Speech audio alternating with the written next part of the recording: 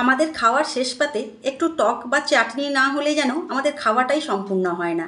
আর এখন তো আমের সিজন, আমের নানা রকমের চাটনি সবাই তৈরি করছে। তো আজকে আমি আম দিয়ে বড়ার চাটনি তোমাদের সাথে শেয়ার করছি। তার জন্য এখানে আমি 100 গ্রামের মতো মটর ডাল ভিজিয়ে রেখে তারপর বেটে নিয়েছি। তারপর ডালবাটার মধ্যে নুন, হলুদ আর সামান্য কালো জিরে দিয়ে ডালবাটাটা মেখে নিয়েছি। এবার ওই ডালবাটা থেকে দেখো তেলের মধ্যে এইভাবে ছোট ছোট বড়া দিয়ে বড়াগুলো তৈরি করে বড়াগুলো ভেজে নিচ্ছি।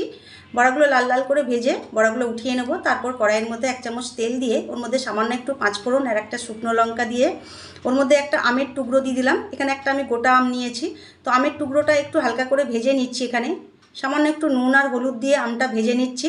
আমটা ভেজে নিয়ে এবার এখানে পরিমাণ মতো জল দিয়ে আমটাকে সেদ্ধ করে নেব।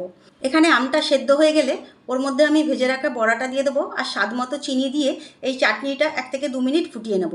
আর এই চাটনিটা কিন্তু একটু ঝোল ঝোল হবে, শুকনো হবে না। আম দিয়ে বড়ার চাটনি তৈরি।